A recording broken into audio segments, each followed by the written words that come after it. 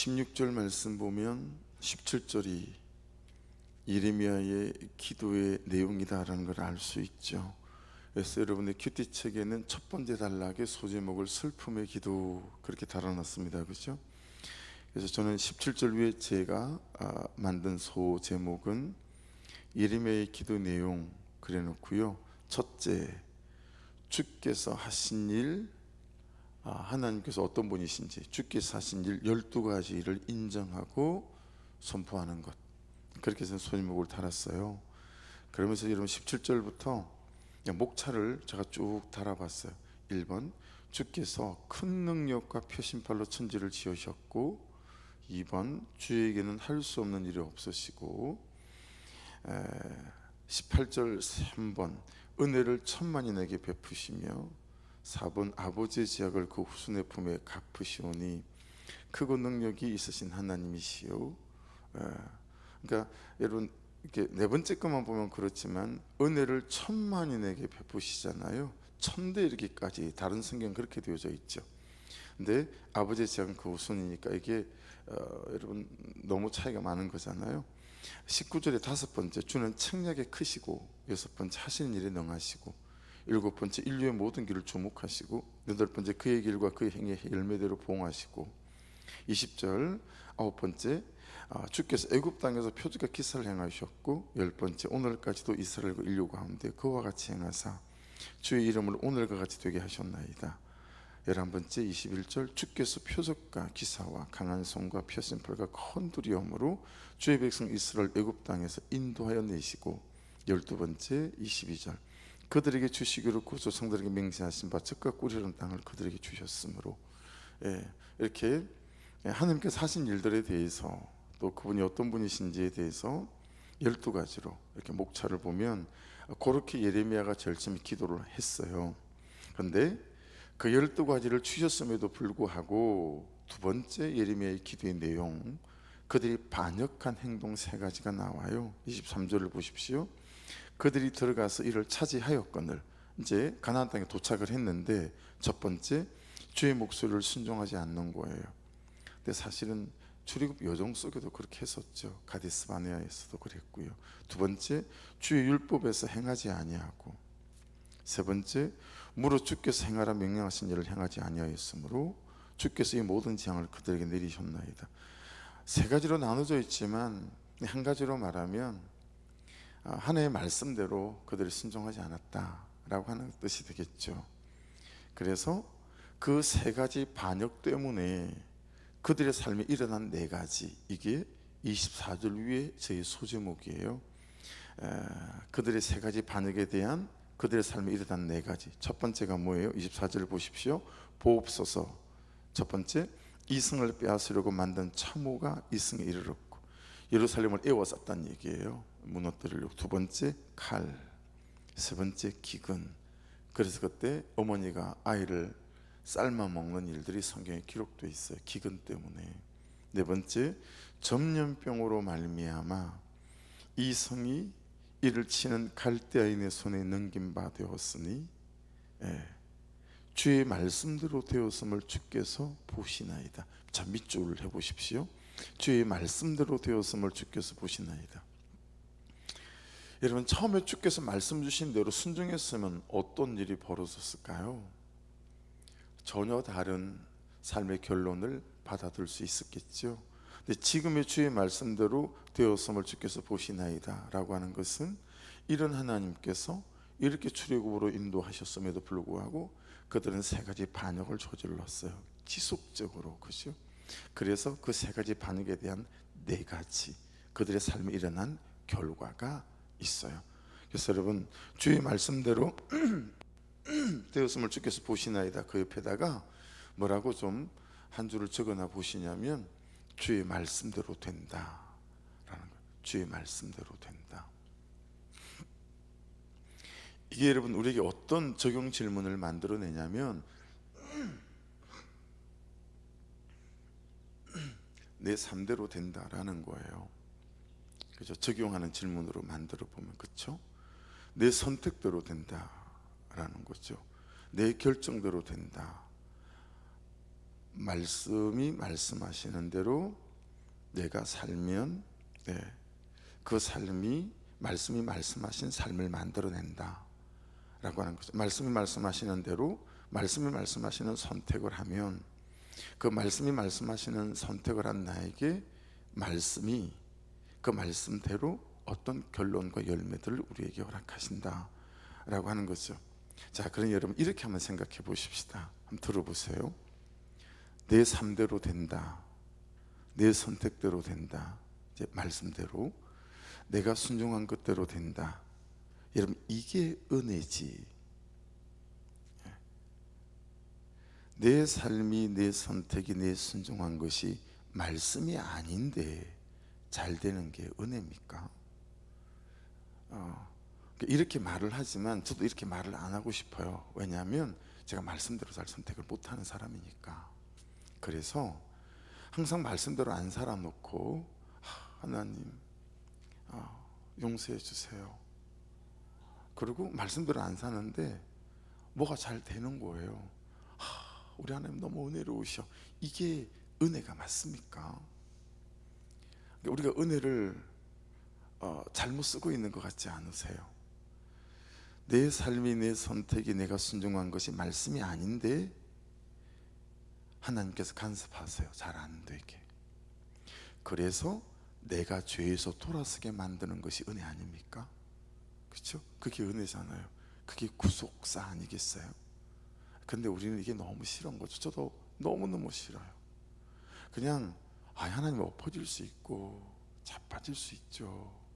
그거 굳이 말씀대로 따져서 그 말씀대로 내 삶의 결론을 받아들이게 하는 거 은혜스럽지 않아요. 하나님, 우리가 이럴 수 있잖아요. 저도 그렇거든요. 근데 참 여러분 말씀을 이렇게 놓고 객관적으로 좀 우리가 우리 자신을 들여다보고 생각해 볼 때 참 말씀대로 되어지는 것도 은혜고, 참 말씀대로 내가 못 살았는데 그게 하나님께서 개입하시고 뛰어 들어오셔서 야 이건 아니지, 그리고 우리를 깨닫게 하셔서 나로 말씀대로 살게 하는 것이 진짜 은혜 아니겠는가. 십자가에서 그분이 죽으시는 거, 우리의 죄를 다 씻어주는 거, 은혜 중에 은혜 중에 은혜죠. 근데 그 은혜로 사는 우리가 그분의 말씀대로 살지 못하니까 하나님께서 참으시다. 그냥 내 인생에 개입하셔서 야 이건 아니지 않니? 네 삶의 물꼬를 좀 바꿔야 될 것 같아. 그리고 소위 말하는 하나님이 내 인생에 태클을 걸어오시는 거예요. 근데 여러분 그게 진짜 은혜 중에 은혜 중에 은혜 중에 은혜 중에 은혜 아니겠어요? 내 백성, 내 자녀를 놓지 않으시고, 그렇죠?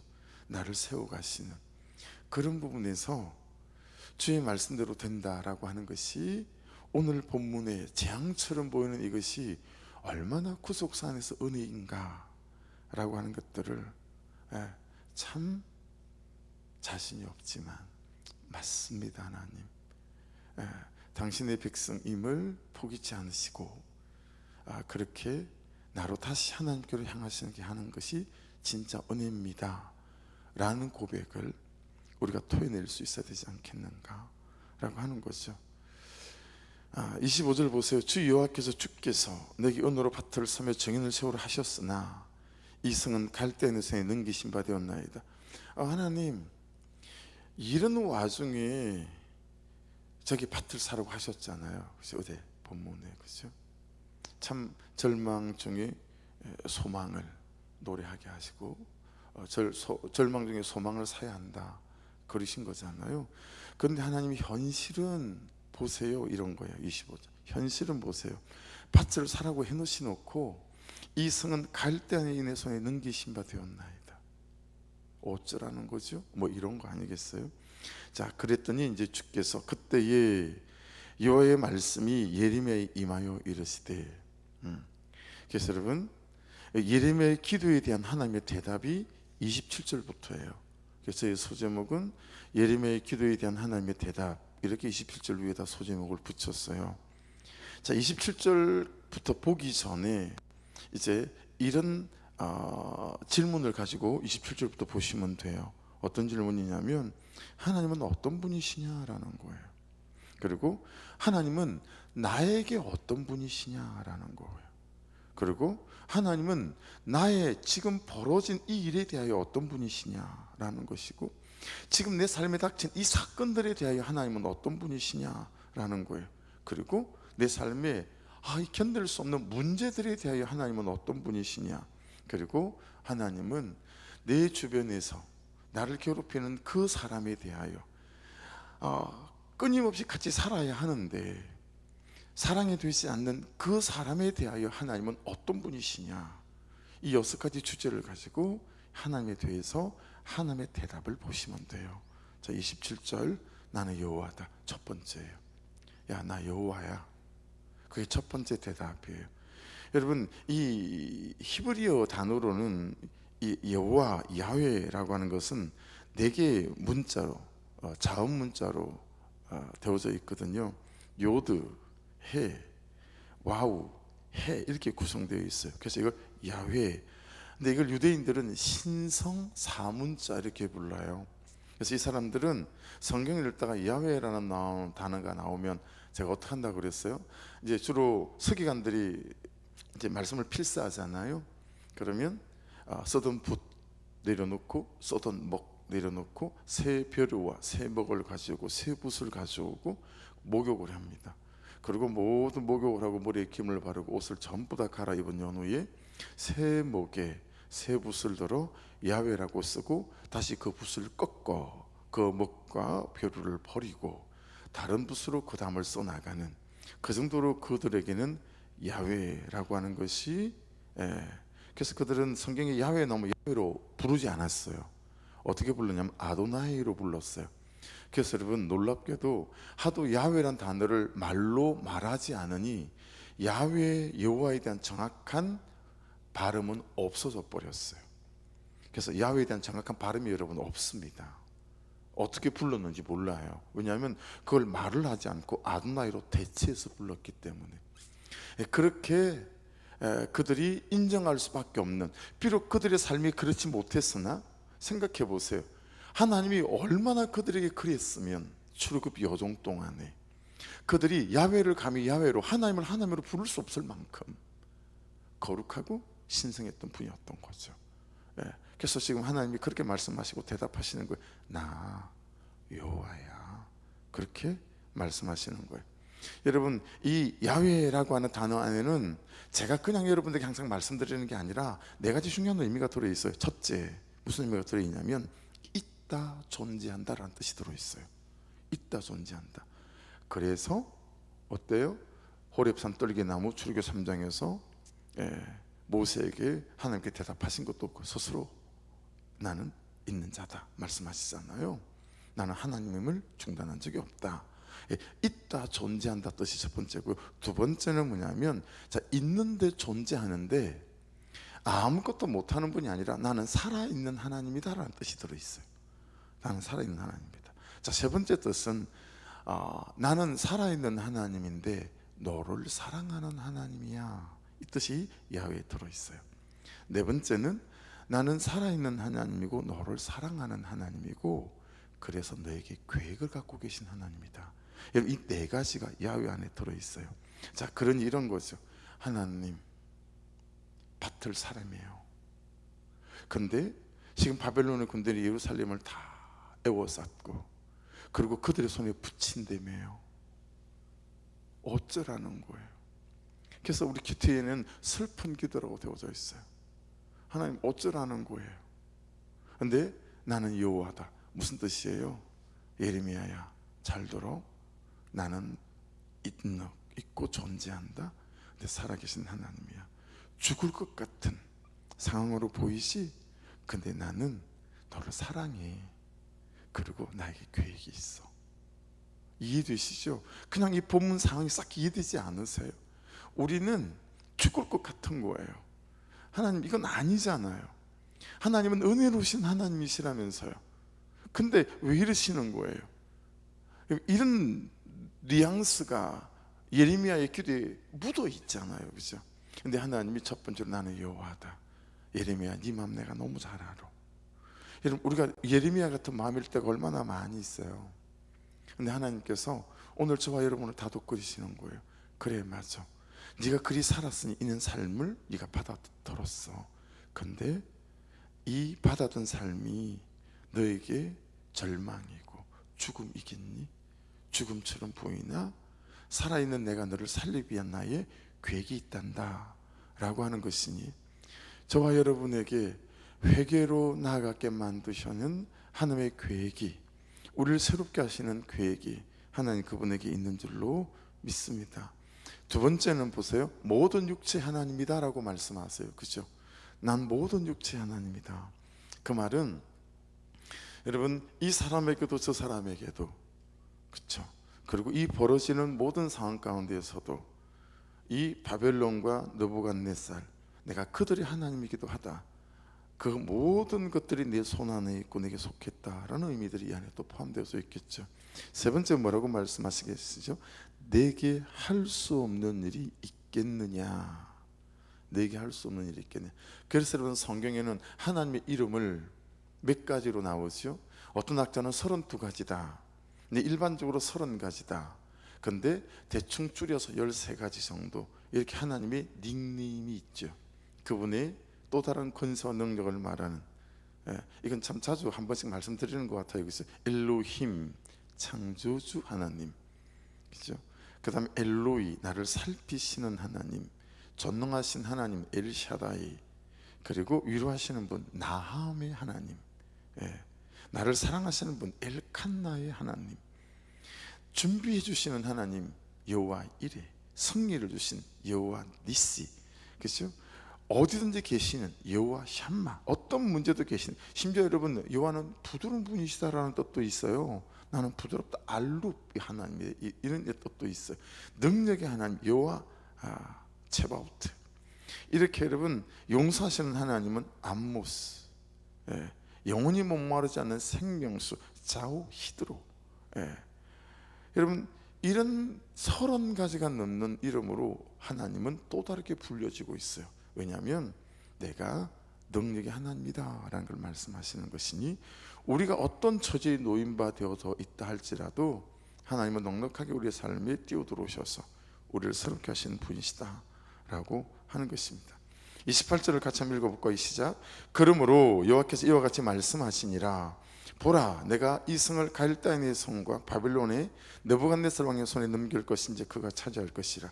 여러분, 위에 말씀이 없었다면 28절은 절망이죠. 근데 위에 말씀이 있으니 우리는 28절을 감당해낼 수가 있는 거예요. 할렐루야.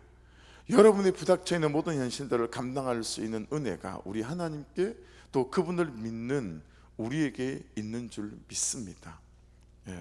믿습니다. 그렇죠? 그래서 이런 말씀들을 이렇게 묵상하다 보면 자꾸 눈에 밟히는 사람들이 있죠. 더 늦지 않게 그분에게 이 하나님을 전해야 되겠다, 뭐 이런 거죠. 그러니까 여러분, 28절을 보시면 이런 거예요. 바벨론이나 느부갓네살이 지금 이 예루살렘 성을 빼앗은 게 아니라는 거죠. 그렇죠? 하나님께서 이스라엘을 세우시고 살리시기 위하여 바벨론을 그냥 쓰시는 거예요. 바벨론이 하나님 밖에 있는 것이 아니고 바벨론도 하나님께 속한 거라는 거죠. 자세히 잘 못 들었는데 어제 보니까 연예인들, 탤런트, 영화배우, 그는 수십 명인지 수백 명인지 우리는 누구를 지지합니다 그러면서 그 지지한 성명서를 막 내는데 보니까 이 사람을 우리가 대통령으로 지지하는 게 아니라 무슨 국민의 도구로, 국민의 종으로 이 사람을 우리가 지지합니다, 뭐 그런 식으로 지지 발언을 하는 걸 얼핏 이렇게 봤어요. 여러분, 그게 시대의 변천 속에서 대통령에 대한 이해가 되어진 거죠. 대통령은 국민 위에 군림하는 게 아니라 국민의 종과 모성으로 국민들이 더 잘 행복하게 살 수 있도록 일하는 사람. 이게 이제 이 시대쯤 와서 대통령에 대한 이해가 우리에게 되어졌어요. 그렇죠? 그러니까 여러분, 지금 하나님께서 야, 이 모든 일들이 이 바벨론조차 느부갓네살조차 내 밖에 있어서 내가 손대지 못하는 그런 존재가 아니라 이 모든 것이 내게 속한 거야. 그들도 하나님 안에 있는 거야. 그러니 여러분 우리가 위로가 되잖아요. 하나님 밖에 있는 게 아니라 하나님 할 때 그 하나님께서 그분의 뜻대로 다 만질 수 있는 그분의 계획 안에 있는 피조물일 뿐이다 라고 하는 것 안에서. 그렇죠? 여러분 30절 한 가보실게요. 이는 이스라엘 자손과 유다 자손 예로부터 내 눈앞에 악을 행하였을 뿐이라. 이스라엘 자손은 밑줄 그의 손으로 만든 것을 가지고, 자, 두 군데를 해볼까요? 그 위에 내 눈앞에 악을 행하였을 뿐, 내 눈앞에 밑줄 한번 그어보시고 그의 손으로 만든 것을 가지고도 밑줄 한번 그어보십시오. 여러분 내 눈앞에 악을 행했다라고 하는 것은 몸은 신체 기관 중에 가장 중요한 것으로 이 당대도 여겨졌나 봐요. 그래가지고 여러분 만일 주인이 노예나 종을 잘못 어떻게 체벌하거나 그래서 눈을 못 보게 하잖아요. 그러면 그날로 면천을 시켜주었어요. 그 당대에도 눈을 그만큼 중요하게 생각을 한 거죠. 그래서 여러분 눈, 아인이란 단어로 성경에 등장하는데 이 눈은 보세요. 지식, 성격, 태도, 성향, 내 견해, 내 열정, 내 열심, 이 7가지를 다 포함하고 있어요. 이 눈. 그러니 그렇게 생각하고 다시 말씀을 보세요. 내 눈앞에 악을, 이렇게 말씀하시는 것은 그때를 살았던 그들의 악이나 오늘을 사는 우리의 악은 우리 지식 안에도 지식을 통하여도 또 우리의 성향 안에서 또는 성향을 통해서도 우리의 성격과 성격을 통해서도 우리의 견해 안에서 견해를 통해서도 우리의 태도 안에서 태도를 통해서도 우리의 열정이나 반응 이것을 통해서도 어때요? 하나님 그분 앞에 악이 될 수 있다라는 거예요. 이해되셨죠? 도둑질하고 살인하고 음란하고 그런 죄 범주에 속하는 것들만 하나님 앞에 악이 아니라 내 태도를 고치지 않는 것도 하나님 그분에게 악이 될 수 있다. 내 견해를 바꾸지 않는 것도 말씀에 비추어서 하나님 앞에 악이 될 수 있다라는 거예요. 그러니 그리스도인은, 하나님을 믿는 하나님의 백성들은 여러분 내 견해와 내 열정과 이것들이 하나님을 향하여 하나님을 위하여 하나님에 대하여 살 수 있도록 날마다 은혜 안에서 나를 바꿔야 된다. 난 기질이 이래, 우리 엄마한테 물려받은 게 이래, 그 유전인데 어떡하겠어 라고 말하며 여러분 영혼을 구원하고 살리기에 부적합한 나의 태도를 마치 어쩔 수 없는 것인 것 마냥 자연스럽게 생각하고 그렇게 여전히 주변 사람들을 불편하게 만드는 거 생각해 봐야 된다라는 거예요. 생각해 봐야 된다. 그의 손으로, 여러분 우리가 우리 손으로 우상을 만든 적은 없어요. 그렇죠? 여러분 우상 만들어 본 적 있어요? 근데 이 그의 손으로는 그래서 이렇게 해석되어져야 됩니다. 그의 삶으로, 그의 선택으로, 그의 결정으로, 이렇게 해석하는 게 맞아요. 본문에서는. 그러니까 그게 이제 이해가 되어지게 되면 만든 것을 가지고 마아세란 단어의 뜻이 이해가 되어지는 거죠. 그러니까 너의 행위나 너의 행동이나 또 너의 노동이나 모든 것을 가지고. 그래서 여러분 우리가 우상을 만든 적은 없지만 내 삶이나 내 선택이나 내 결정 이것 하나들이 우상을 생긴 것과 동일한 맥락과 의미를 갖고 있다라고 하는 것입니다. 32절에는 그렇게 말씀하세요. 이스라엘 자손과 유다 자손이 모든 악을 행하여 내 노여움을 일으켰습니다. 그리고 쭉 나와요. 그들의 왕, 그의 고관, 그의 제사장, 그의 선지자들, 유다 사람들과 예루살렘들이 다. 그러니까 여러분 로마서 3장 10절 말씀 그대로죠. 의인은 없나니 하나도 없다. 모두가 그런 범죄에 속한다 라고 하는 것입니다. 마지막 한 가지, 그들이 어떻게 했냐면 33절 등을 내게로 돌리고 얼굴을 내게로 향하지 아니하고 내가 그들을 가르치되 끊임없이 가르쳤는데도 그들이 교훈을 듣지 아니하며 받지 아니하고 34절 내 이름으로 일컫는 집에 자기들의 가증한 물건들을 세워서 그 집을 더럽게 하며 35절 흰놈이 아들의 굴짝에 발에 신들은, 이거 지금 제가 전부 다 목차로 리스트로 한 거예요. 5번째가 35절이에요. 여섯 번째, 자기들의 아들들과 딸들을 몰래 앞으로 지나가게 하였느니라. 자, 거기 자기들의 아들들과 딸들을 몰래 앞으로 지나가게 하였느니라, 그게 밑줄을 그으시고요. 전 이렇게 썼어요. 원고에다가 묵상하다가, 이 지점에서 내가 보여야 한다라는 거예요. 여러분 보세요. 지금 우상을 자꾸 얘기하고 계시잖아요. 근데 그 우상을 얘기하다가 지금 여섯 번째 뭐라고 말씀하시냐면, 자기들의 아들들과 딸들을 몰래 앞으로 지나가게 하였느니라. 여러분, 이게 생각하면 해보세요. 내가 자녀를 낳았는데 그 자녀를 몰래기라고 하는, 위에는 염소 머리로 되어 있고 밑은 항소처럼 되어져 있는 의자에 앉아 있는 거거든요. 그리고 팔을 이렇게 벌리고 있는 신이 몰렉 신이에요. 근데 이게 이제 그 주변 나라에 따라서 똑같은 몰렉인데 이름은 다르게 불려요. 아모스 뭐 이렇게 다르게 불리기는 하는데, 몰렉인데 아버지가 돼갖고, 아버지가 바쳤어요. 어머니가 바친 적은 없고, 아버지가 돼갖고 자기 자녀를 그렇게 바친다. 이 몰렉이 내민 손 밑에는 유황 단지가 있어서 그게 퍽하게 달구어져서 오렌지 빛깔이 나는 그 위에다가 아이를 얹어서 아이가 꿈틀할 때 툭 떨어져서 유황솥에서 튀겨지는 거잖아요. 아버지가 바치는 거. 이게 여러분 가능할까요? 근데 이런 일들이 역사 가운데는 수두룩하게 기록되어져 있죠. 역사적 사실이었다라고 하는 것이고, 유대인들도 이게 역사적 사실이었어요. 지금 여러분, 우상숭배가 마지막에 뭐라고 말하는 거냐면, 우상숭배는, 가장 큰 우상숭배는 내가 나를 위하는 거다라는 거예요. 예.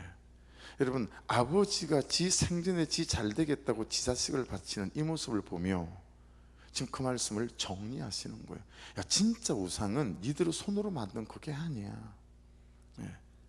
여러분, 여기 뭐라고 말씀하고 있어요? 내 이름으로 일컫는 집에 자기들의 가증한 물건들을 세워서. 여러분, 유대인들이 성전에다가 가증한 물건을 세운 적이 없어요. 로마인들이 세우고 막 했었지만, 이 말씀을 보면서 언제 그런 적이 있었지? 역사적으로 잘 못 찾겠는 거예요. 그러면서 밑에 말씀을 보면서 깨닫는 게 뭐예요? 여러분, 성전에 앉아서 하나님 하나도 관심이 없고, 말씀은 하나도 관심이 없고, 말씀대로 사는 삶은 하나도 관심이 없고, 오직 하나님 제가 잘 돼야 되겠습니다, 행복하게 되겠습니다, 그게 내 우상을 세운 거예요. 그게 내 우상을 세운 거예요.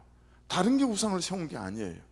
오직 나를 위하여, 하나님 나를 향하여, 하나님 나에 대하여 당신은 놀라운 계획을 갖고 계셔야 합니다. 그리고 나를 잘되게 하셔야 됩니다.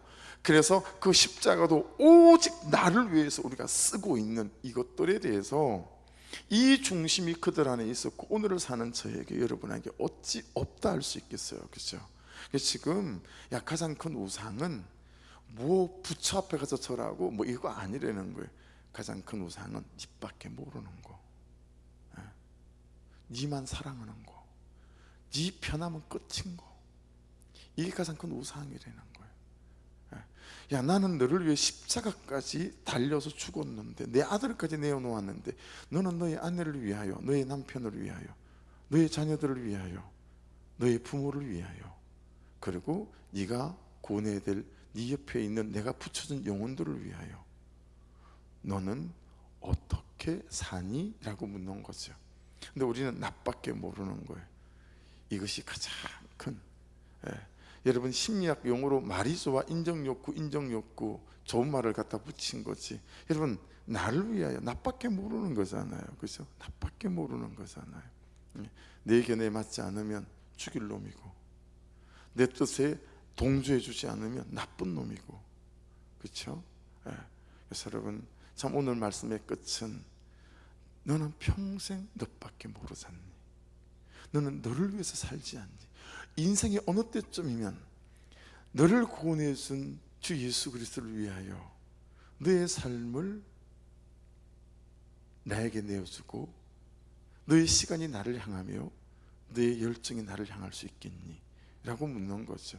이 삶이 여러분 유대인들에게 안 된 거예요. 그렇죠? 그리고 그들은 삶의 결론을 받아들였다라고 하는 부분 안에서 제가 가볍고 쉽게 생각하고, 그리고 제가 죄에 너무 빠르고 내가 너무 죄 깊은 사람이다 라고 지난 주 중에 또 주일도 말씀을 나눴잖아요. 왜 그러겠어요? 나밖에 모르는 거예요. 그래서 내가 좋아하고 내가 맛있는 거면 그냥 뭐 볼 것도 없는 거예요. 자석에 이끌리듯이 그냥. 왜냐하면 나를 위하는 일이잖아요. 나를 위하는 일이니까 뭐 아무것도 관계없는 거예요. 이런 삶을 우리가 살아가고 있다라고 하는 말씀을 적나라하게 오늘 이렇게 말씀하시는 거죠. 사랑하는 여러분, 큐티책에는 큰 제목을 교훈을 듣지 않는 결과 이렇게 제목을 달아놨지만, 근데 그 결과조차도 사실은 하나님의 은혜 아래서 하나님께서 우리를 세워가시고 살리시는 하나님의 방편이고 방법 아니겠습니까? 오늘 말씀하셔서 다시 또 나를 잘 들여다보고, 참 나는 언제까지 나만 위하여 나에 대하여 나를 향하여 그렇게 살아가는 인생일지 다시 한번 잘 말씀을 회개하고 적용해보고, 오늘 묵상 간증을 읽어보시게 되면 오늘 묵상에 대한 또 이해와 정리와 도움이 될 것 같아요. 같이 기도하겠습니다. 주여 한번 부르고 기도하시면서, 하나님, 일생을 나를 위하여 나에 대하여 나를 향하여 살아온 이 악한 죄인 아버지 하나님, 은혜를 베풀어 주셔서 참으로 하나님을 향하여 살게 하시고, 내 주변에 내와 나에게 붙여주신 그 사람을 향하여 나의 시간과 나의 열정과 나의 재정들이 흘러갈 수 있는 아버지, 이런 삶 살아갈 수 있도록 더 이상 몰래 카페 나의 자녀 그리고 나를 내어주지 않는 아버지 은혜가 있게 도와주옵소서. 그렇게 기도해 주시고, 기도하실 때마다 구성전 그 교회에서 이제 대출 받는 부분들이 잘 정리될 수 있도록, 또 모든 잔금들이 잘 해결될 수 있도록, 또 6월 한 20일께쯤에 우리 교회가 준비할 또 재정위에도 아버지 은혜를 부어 주옵소서. 그렇게 또 중보해 주시기를 부탁을 드리고, 금요일 날 우리 아동부 아이들, 유치부 아이들, 또 중고등부 해서 또 제가 비전 캠프가 있습니다. 아버지 오며 가는 길 간섭해 주시고, 또 공동체가 서로를 돌아보고 하나 될 수 있는 은혜 때가 되게 도와주옵소서. 우리 주여 한번 부르고 기도 시작합니다. 주여.